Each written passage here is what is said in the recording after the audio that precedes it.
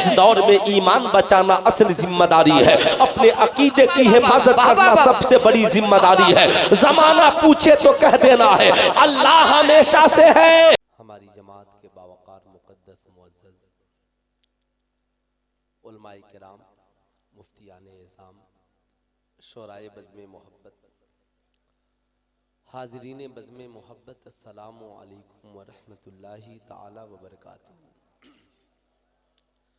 नहमदुहु व नुसल्ली अला रसूलिहिल करीम, अम्मा बाद, फ़अऊज़ु बिल्लाहि मिनश शैतानिर रजीम, बिस्मिल्लाहिर रहमानिर रहीम। अफ़ला यतदब्बरूनल क़ुरआन, सदक़ल्लाहुल अलीयुल अज़ीम। सारे जहान के मरकज़े अक़ीदत, मुस्तफ़ा जाने रहमत, शम्ए बज़्मे हिदायत, हुज़ूर अहमद मुज्तबा हज़रत मोहम्मद मुस्तफ़ा सल्लल्लाहु ताला अलैहि वसल्लम के बारगाहे आलीजाह में जी लगाकर हदिया दुरूद सलाम पेश करें और पूरा मजमा बवाज़े बुलंद पढ़ें। अल्लाहुम्मा सल्ली अला सय्यदना शफ़ीना हबीबना मौलाना मोहम्मद मादनिन जूदे वल करम, मंबइल इल्मे वल हिल्मे वल हिकम, बारिक वसल्लिम सल्लु अलैहि सलातन व सलामन अलैका या रसूल अल्लाह, सल्लु अलैहि सलातन व सलामन अलैका या हबीब अल्लाह, दाइमन अबदन अबदा। खतीबुल हिंद मुबल्लिगे मसलके आला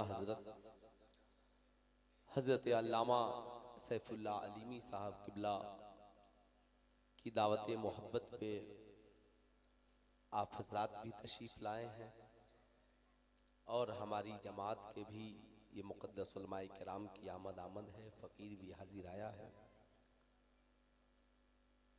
आपने मुझसे पेशतर हमारी जमात के मुक़्तदर मुस्तनद उलमा खुतबा शोरा को समाअत करने का शर्फ हासिल किया। इंशाअल्लाह मेरे बाद भी सुनेंगे।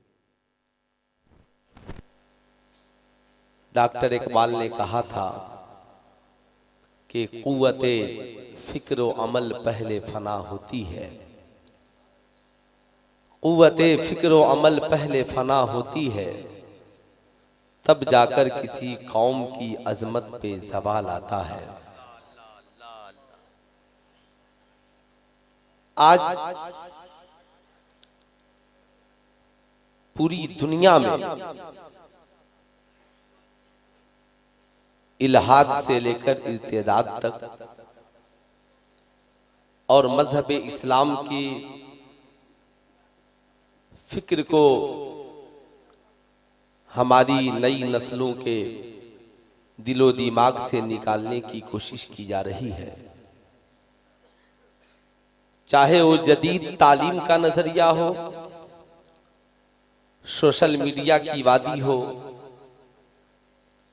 या साइंस के पसे पर्दा हमारी नस्लों के जहनों को खराब करने की कोशिश की जा रही है। आज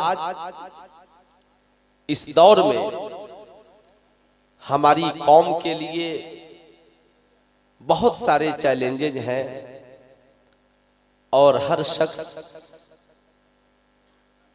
अपनी बेहतरीन राय के साथ सोशल मीडिया के प्लेटफॉर्म से लेकर जलसों की दुनिया तक, मसाजिद के मिंबरों मेहराब तक लोग इसे हल करने की कोशिश कर रहे हैं। इसी हवाले से मैंने सोचा कि आज कुछ लबकुशाई करने की कोशिश करूं, मगर ये जो तलबा इधर बैठे हैं उनसे भी मैं गुजारिश करूंगा कि आप हजरात चूंकि बज़्मे मोहब्बत में बैठे हैं तो आपकी हाजिरी इधर होनी चाहिए।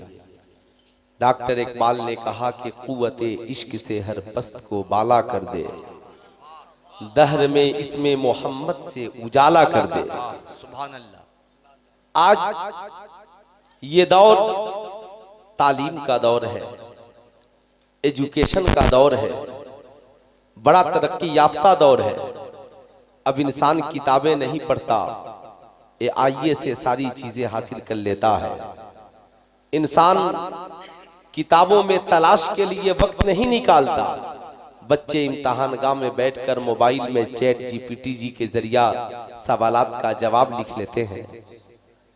अब इस दौर में रातों को मुशक्कत करके किताबों में लकीरें खींचने की जरूरत नहीं पड़ती। इस तरक्की याफ्ता दौर में नौजवान गूगल के हवाले से अपने मुश्किल मसाइल को हल कर लेता है। लेकिन मैं इस दौर में आपको ये याद दिलाना चाहूंगा कि मियाँ ये सारी चीजें आइए ये अक्ल की पैदावार है। चैट GPT जी ये अक्ल की पैदावार है। गूगल की वादी ये अक्ल की पैदावार है। यूट्यूब ये अक्ल की पैदावार है। आप जहां तक कदम रख रहे हैं ये सब अक्ल की पैदावार है। और साइंस कहती भी है मियाँ आप मुझे देखो, मेरी रसाई अक्ल से है और मैं अक्ल के जरिया तुझे सारी दुनिया को मुट्ठी में करने की बात कर रहा हूं। लेकिन मियाँ आपने कभी सोचा कि इस अक्ल को भी पैदा करने वाला कोई है, इस अक्ल का भी कोई खालिक है। मैंने बहारे शरीयत को उठाया और देखा कि शागिर्द आला हजरत हुजूर सदरुस शरिया ने अकायद के बयान में लिखा क्या है। तो हुजूर सदरुस शरिया का एक जुमला कहा, जो अक्ल में समा जाए वो खुदा नहीं हो सकता, और जो खुदा है वो कभी अक्ल में नहीं समा सकता। यही वजह है यहाँ पे इतने हुफाजे किराम बैठे हैं, आपने पूरे कुरान का मुताला किया है, मगर जब हम शोहदा की जिंदगी का मुताला करते हैं तो कुरान कहता है वला किल्ला तशउरून, अल्लाह ने तुझे इतनी अक्ल नहीं दी कि तुम शहीदों की जिंदगी को समझ सको। तो मैं आपसे पूछना चाहता हूँ मियाँ, जब हमारे पास इतनी अक्ल नहीं कि हम शहीदों की जिंदगी को समझ सके, तो फिर हम नबी की जिंदगी को कैसे समझ सकते हैं? हम खुदा की जिंदगी को कैसे समझ सकते हैं? खुदा को समझने के लिए अक्ल की जरूरत नहीं। ऐ कुरान तू बता, कुरान कहता है युमिनूना बिल गैब, बेगैर देखे यकीन कर लेने का नाम ईमान है। बेगैर देखे मान लेने का नाम ईमान है। इसलिए जब बात अकीदे की आए तो फिर अक्ल की बात न करना। बात जब अल्लाह की वहदानियत की आए तो फिर बात अक्ल की न करना। बात जब रसूलुल्लाह के इश्को रिसालत की आए तो बात अक्ल की न करना। याद रखना, साइंस कहती है इंसान पैदा कैसे हुआ ये मैं बताऊंगा, मगर कुरान कहता है इंसान पैदा कैसे हुआ ये भी बताऊंगा, और किसने इंसान को पैदा किया ये भी बताऊंगा। अल्लाह ने इंसान को क्यों बनाया ये भी बताऊंगा। यही साइंस में और कुरान में फर्क है।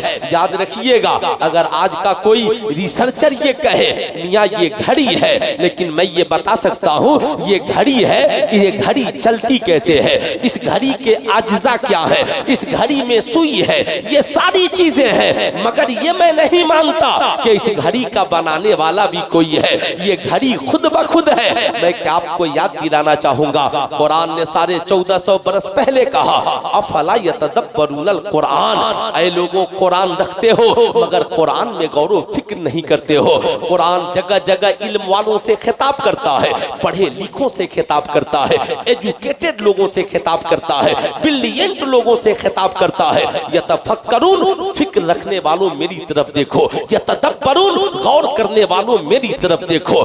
याद रखिएगा, ये आसमान है, देखने वालों के दो नजरिए हैं। एक इंसान आसमान को देखता है, हम यहाँ ये आसमान है, बगैर सुतून के जो खड़ा है ये आसमान है, बगैर दीवार के जो खड़ा है ये आसमान है, बगैर पाई के जो खड़ा है ये आसमान है। ये आसमान है, हम आसमान के नीचे हैं, आसमान के ये अज्जा है। मगर कुरान कहता है आसमान तो है मगर इस आसमान को अल्लाह ने बनाया है। ये आसमान हमारे लिए सामियाना है।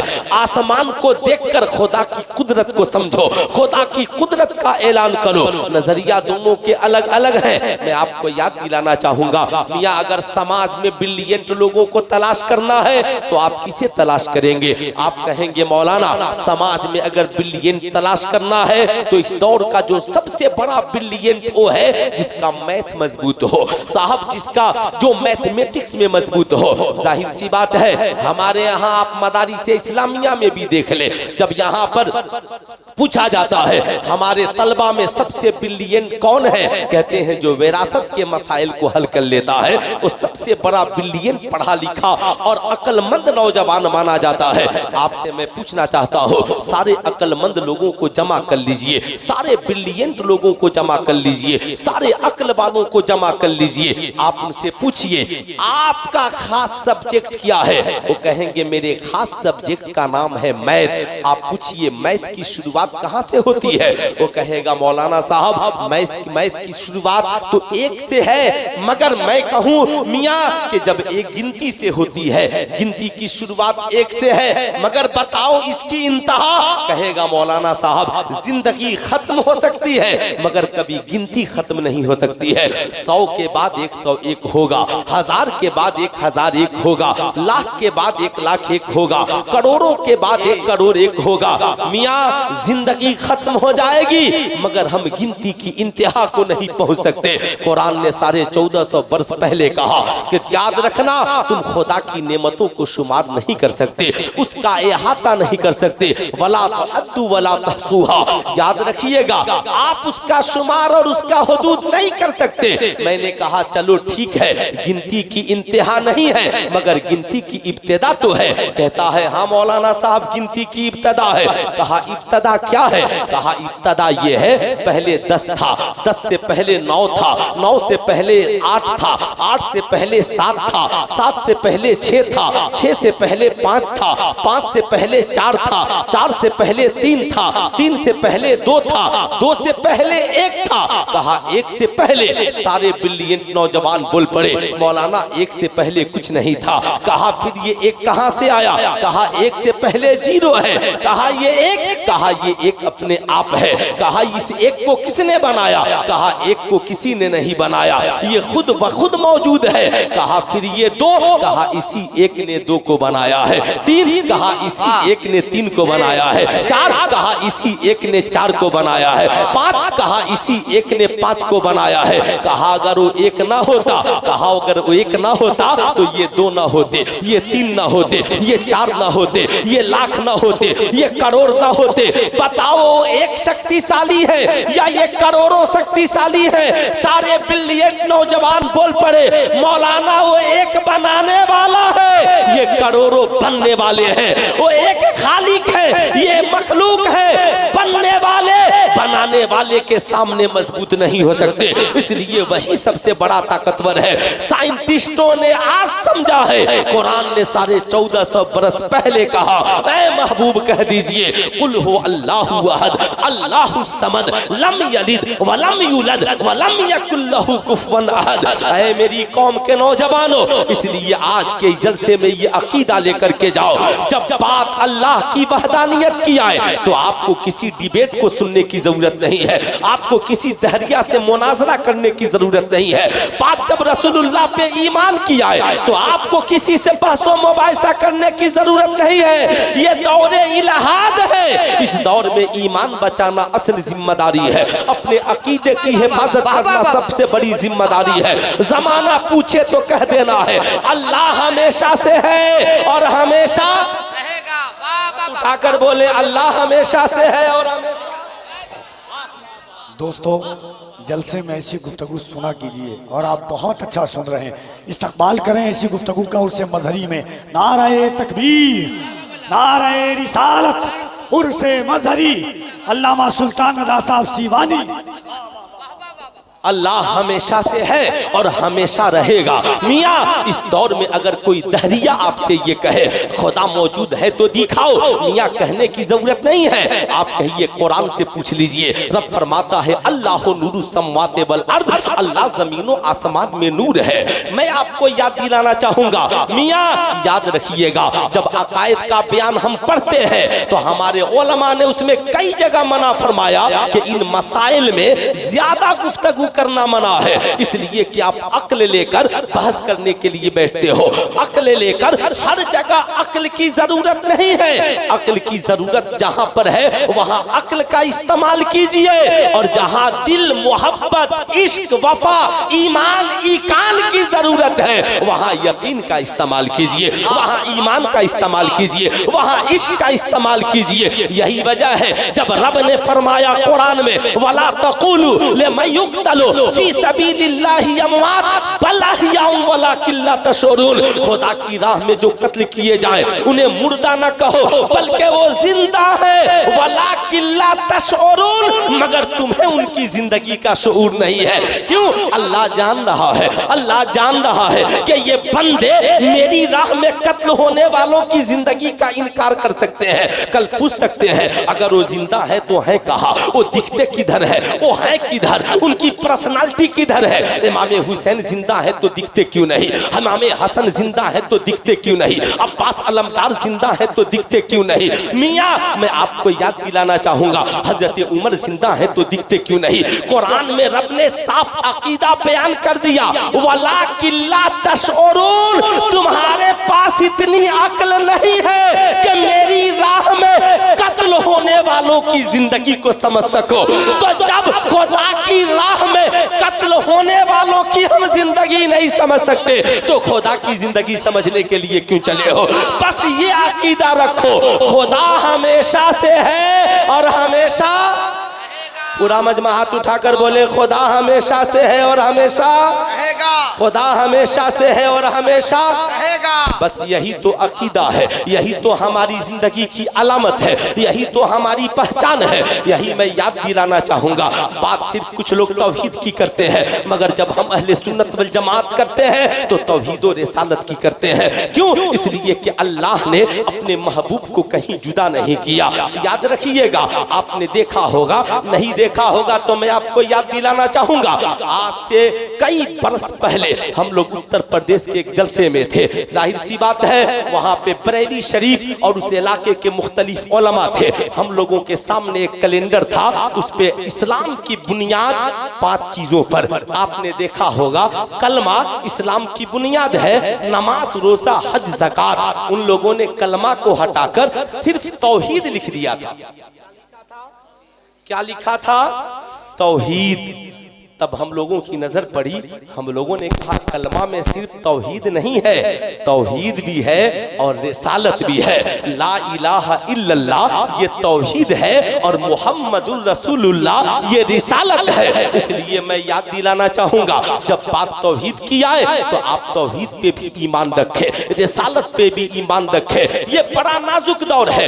आज सोशल मीडिया पर मैं अपने उलमाए किराम से भी अर्ज गुजार हूँ, अगर आपके पास हमारी जमात का कोई शहजादा या लड़का कोई सवाल लेकर पहुंच जाए तो आपको डांट कर भगाने की जरूरत नहीं है, बल्कि उसे मोहब्बत से करीब करने की जरूरत है। अगर आप खुद मसाइल हल नहीं कर सकते तो आपने देखा होगा, बिल्कुल बुरा मत मानिएगा, आप ईमानदारी से बताएं, डॉक्टर के पास इलाज के लिए जाते हैं कि नहीं जाते हैं? अरे हाथ उठाकर बोले जाते हैं ना। अगर उस डॉक्टर के पास 2 4 5 बार हम गए, मगर वो डॉक्टर इलाज अगर उसके बस की बात नहीं रहती तो अपने से बड़े डॉक्टर को रेफर कर देता है। मैं अपने इन उलमा से भी कहूंगा, अगर कोई मसला हमारे बस का नहीं रहे तो हमें भगाना नहीं है, हमें उन्हें रेफर कर देना, हमें उन्हें रेफर कर देना है।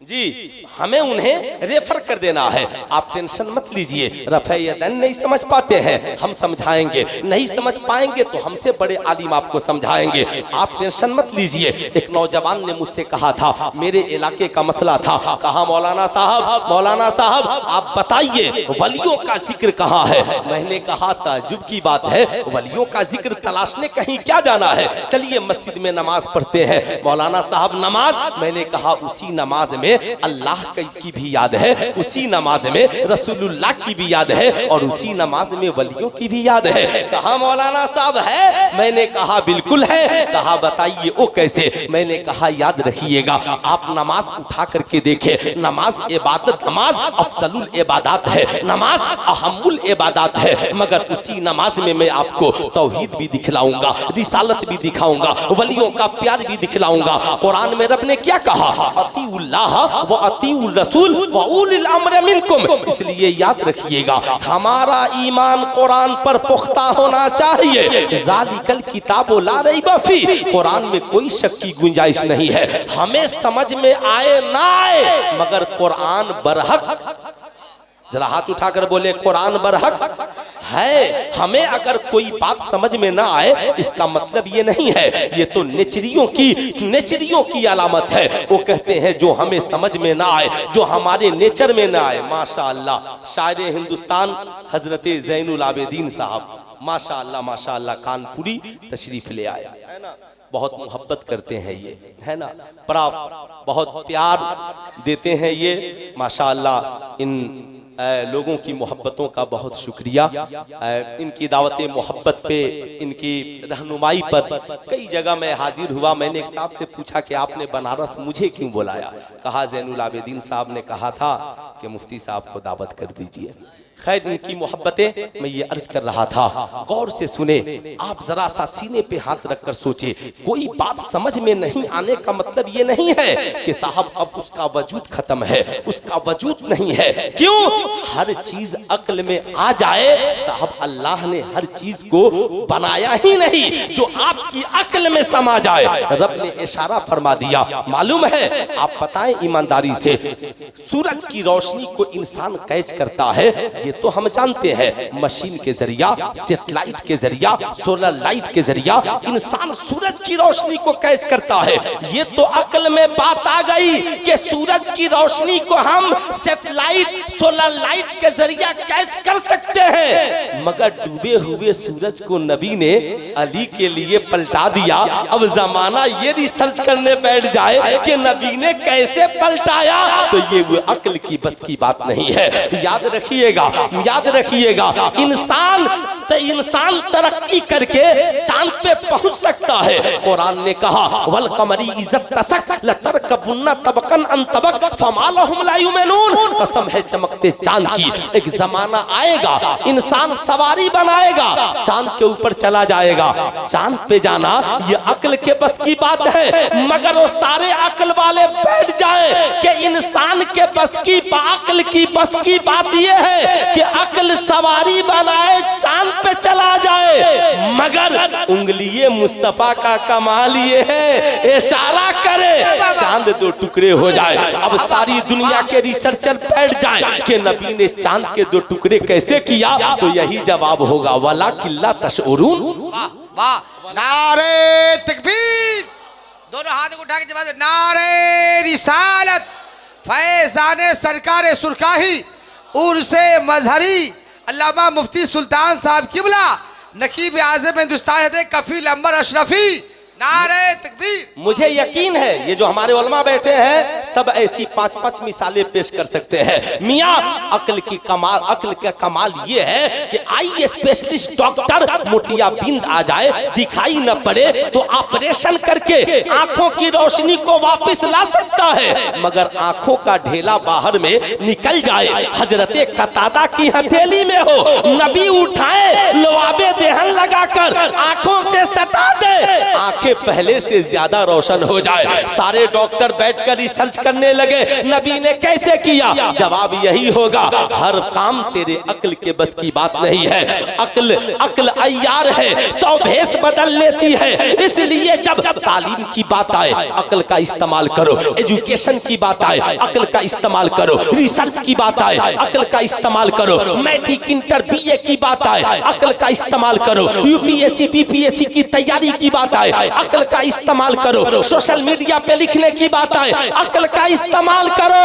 लेकिन जब बात ईमान की आए तो अक्ल का नहीं बल्कि दिल का इस्तेमाल करो, इश्क का इस्तेमाल करो। बात जब नबी की आए तो ईमान का इस्तेमाल करो।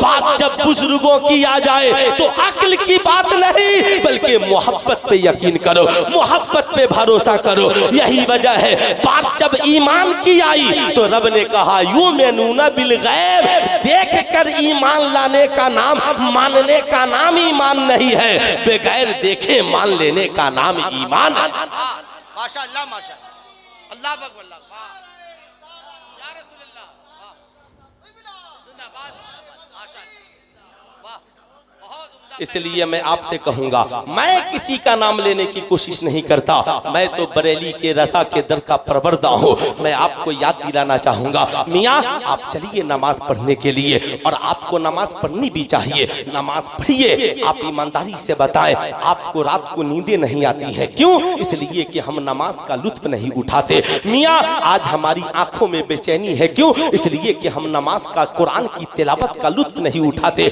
मियाँ मैं आपसे कहूंगा, सारी दुनिया की बारगाह में जाने के लिए आपको फुर्सत है, मगर जिस खुदा ने आपको पैदा किया उस खुदा की बारगाह में जाने को आपके पास फुर्सत नहीं है। आपको मैं याद दिलाना चाहूंगा, उस नौजवान ने कहा था मौलाना वलियों का जिक्र कहाँ है? मैं याद दिलाना चाहूंगा, आओ आओ जरा सा नमाज में चलते हैं। बंदा जब नमाज में खड़ा होता है दोनों हाथों को खुदा की बारगाह में उठाता है। मालूम है ऐसे हाथों को कौन उठाता है? जब मुजरिम कहीं पे सिलेंडर करता है तो दोनों हाथों को उठा देता है, ऐ मालिको मौला हम तेरी बारगाह में हाजिर हैं, ऐ मालिको मौला हाजिर हैं। अल्लाहु अकबर, ऐ मालिको मौला तू सबसे बड़ा है, तू सबसे बड़ा है, तू सबसे बड़ा है। अब हमने नियत बांध ली, कयाम किया, हमने रुकू किया, सजदा किया।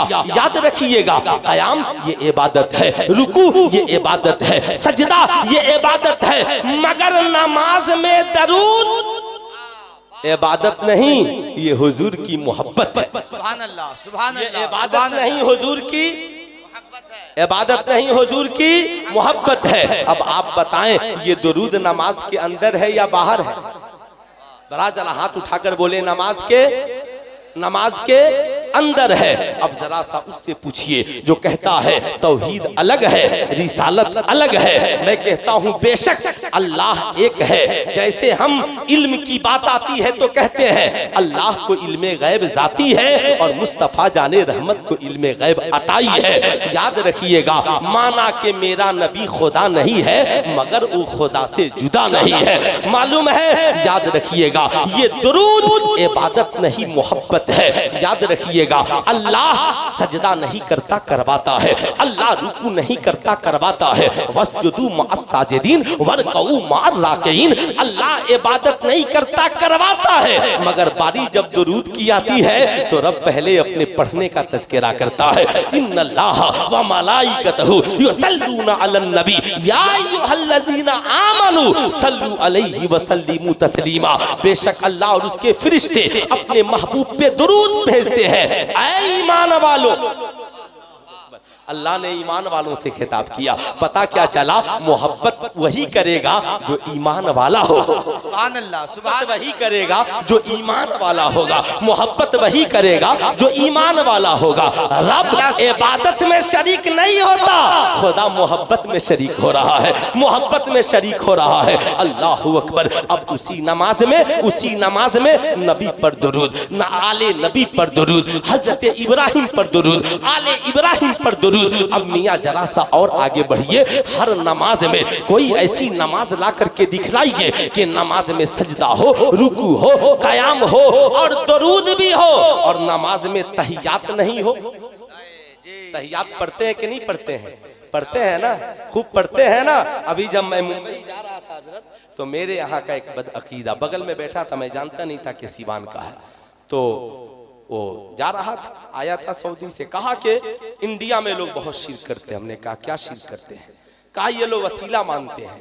तो मैंने कहा आपको कौन ऐसी एक चीज ऐसी बता दीजिए जो आपको बगैर वसीले की मिली हो। जी जी, वाह वाह। उसका दिमाग खट्टा होने लगा।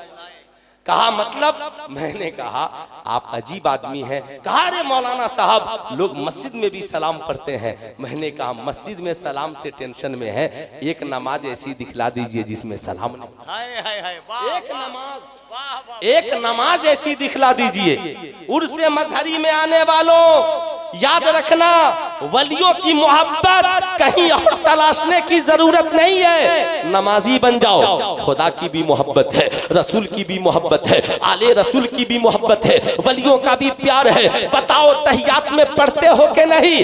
पढ़ते हो के नहीं? अस्सलामु अलैका अय्युहन नबी वस्सलामु अलैना वस्सलामु अला इबादिल्लाहि सालिहीन। ऐ नबी आप पर सलाम हो, हम सब पर सलाम हो। वस्सलामु अला इबादिल्लाहि सालिहीन। अल्लाह के जितने नेक बंदे हैं सब पर सलाम हो। ये तो एक गरीब नमाज पे सलाम पढ़ने में टेंशन में आ गए थे, ये तो एक गौसे आजम पे सलाम पढ़ने में टेंशन में आ गए थे, मगर अल्लाह तो हर नेक बंदे पे सलाम पढ़वा रहा है, हर नेक बंदे पे सलाम पढ़वा रहा है। मियाँ अकीदा क्या मिल गया कि याद रखिएगा, सजदा करने वाला भी बनिए, कयाम करने वाला भी बनिए, रुकू करने वाला भी बनिए, दरूद पढ़ने वाला भी बनिए, और वलियों से मोहब्बत करने वाला भी बनिए। इसलिए मैं आपको याद दिलाना चाहूंगा, ये सोशल मीडिया का जमाना है, बात इतनी ही नहीं है।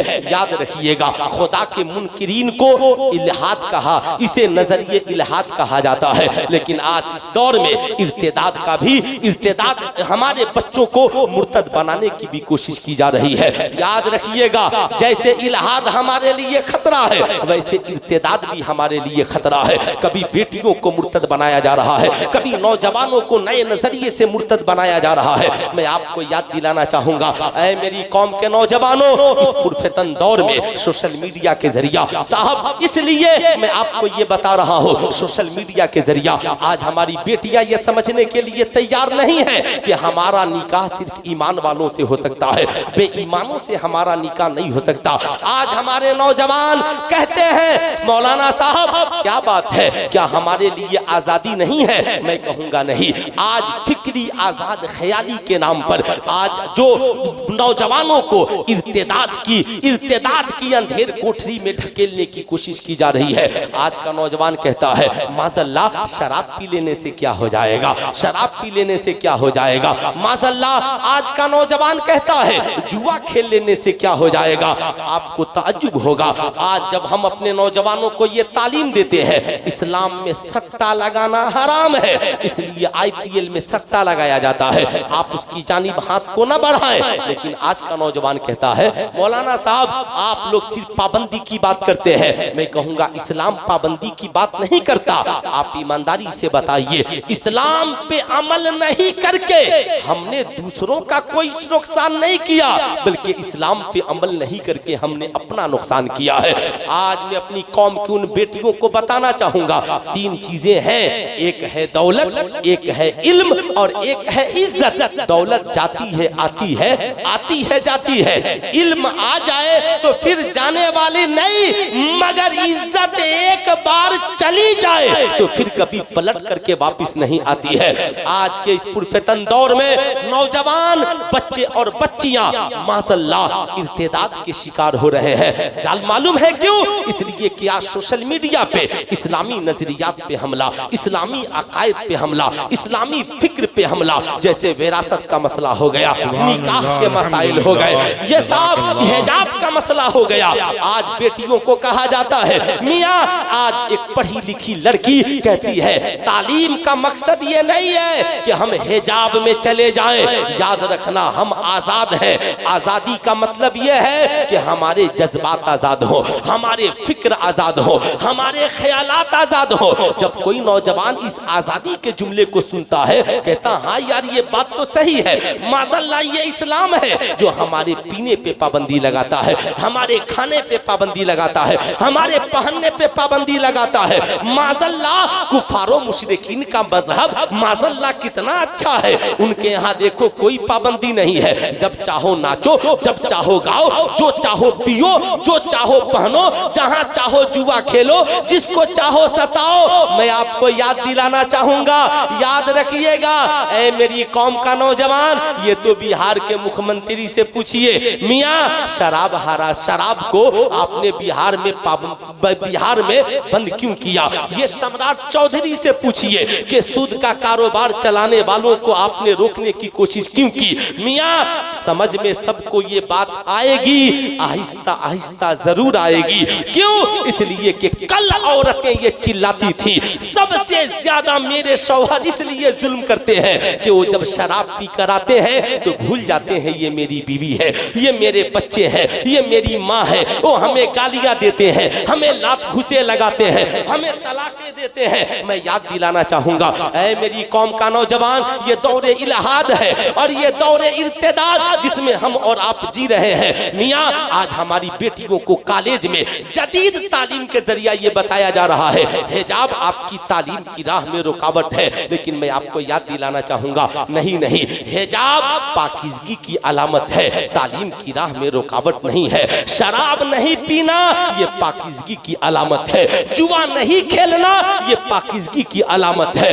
याद रखिएगा मियाँ, बुरे और गंदे रस्मों रिवाज से बाज आकर अल्लाह रसूल की पैरवी करना ये साहब याद रखिएगा, ये गुलामी की दलील नहीं बल्कि गुलामी मुस्तफा में वफादारी की दलील है। इसलिए मैं आपको याद दिलाना चाहूंगा, इस जदीद नजरियात को खत्म करते हुए आप उस दौर में कदम रखिए जहां पे सुकून है, जहां पे आत्मा को शांति है, जहां पे हमारी जिंदगी के लिए फलाहो बका है। इसलिए मैं आपको ये बताना चाहूंगा ऐ मेरी कौम के शहजादों, हम जिस दौर में जी रहे हैं इंशाअल्लाह 2-3 मिनट में मेरी गुफ्तगू खत्म हो जाएगी। हम जिस दौर में जी रहे हैं आज हमारे नौजवानों को कॉलेज की तालीम के आड़ में, मियाँ आज ट्यूशन सेंटर की आड़ में, सोशल मीडिया की आड़ में जो गंदे नजरियात परोसे जा रहे हैं, आप कॉलेज में पढ़िए मगर नजरिया मुस्तफा जाने रहमत का रखिए। आप स्कूल और ट्यूशन सेंटर में पढ़िए मगर नजरिया आमिना के लाल का रखिए। मुफक्किर इस्लाम अल्लामा कमरुज़्ज़मा खाज़मी से किसी ने कहा था कि हुजूर अगर आपकी तकरीर इस उम्मत को 100 साल पीछे कर देगी, कहा मैं तो चाहता हूं ये उम्मत 100 साल नहीं 1450 साल पीछे चली जाए। याद रखिएगा मेरी 2 मिनट की अब आखिरी तकरीर है, हर नौजवान के लिए, हर बच्चे बूढ़े के लिए। आप कहते हो आलिमों की क्या जरूरत है, हम तो दीन यूट्यूब से सीख लेंगे, हम तो दीन AIA से सीख लेंगे, हम तो दीन चैट GPT जी से सीख लेंगे। अगर यही बात थी तो सरकारे सुरकाही की क्या जरूरत थी, यही बात थी तो मियाँ अजीजुल औलिया की क्या जरूरत थी, यही बात थी तो हिंद में हजरत ख्वाजा गरीब नवाज को आने की क्या जरूरत थी।